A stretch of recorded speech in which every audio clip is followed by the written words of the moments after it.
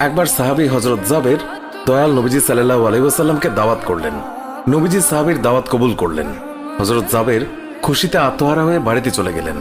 বাড়িতে গিয়ে স্ত্রীকে খোঁজ খবরটা দিলেন আর মেহমানদারির জন্য প্রস্তুতি নিতে লাগলেন।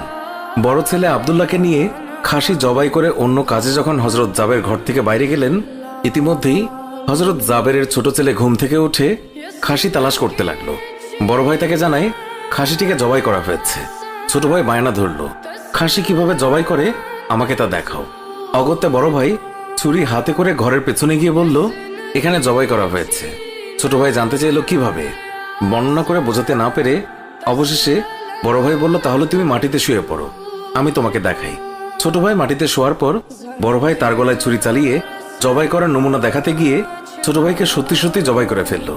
বড় ভাই যখন দেখল ছোট ভাইয়ের গলা থেকে রক্ত গড়িয়ে পড়ছে, সে ছটফট করতে করতে একসময় নিস্তেজ হয়ে গেছে। তখন বুঝলো ব্যাপারটি কি ঘটেছে। আতঙ্কিত হয়ে সে নিকটবর্তী খেজুর গাছের চূড়ায় উঠে আত্মগোপন করে রইল। এদিকে হযরত জাবের পুত্রদের খোঁজে বাড়ির পেছনে এসে ছোট ছেলের অবস্থা দেখে থমকে গেলেন।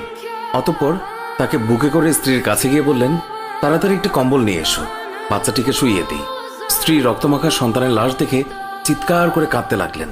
কিন্তু স্বামী হযরত জাবের তাকে সান্ত্বনা দিয়ে বললেন, আজ আমাদের শোক প্রকাশ করার দিন নয়, আজ দুঃখ দেখলে নবীজিও দুঃখিত হবেন।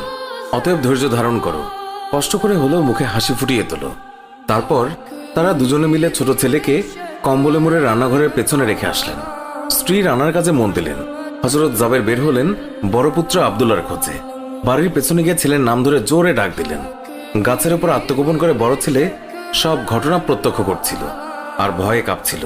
পিতার ডাক শুনে ভাবল, এখন পালাতে না পারলে আব্বার হাতে ধরা পড়তে হবে। ধরা পড়লে আর রক্ষা থাকবে না। পালানোর উদ্দেশ্যে গাছ থেকে লাফিয়ে পড়ে আঘাতপ্রাপ্ত হয়ে সেও মৃত্যুর কোলে ঢলে পড়ল। পিতা কাছে গিয়ে দেখেন আব্দুল্লাহর দেহে প্রাণের স্পন্দন নেই। বড় ছেলেকে কোলে তুলে তিনি বাড়ির ভেতরে আসলেন।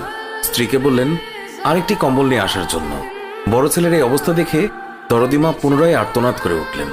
স্বামী তাকে পুনরায় সান্ত্বনা দিয়ে বললেন, ধৈর্য ধরো, আজ আমাদের দুঃখ প্রকাশের দিন নয়, আজ আমাদের পরম আনন্দের দিন।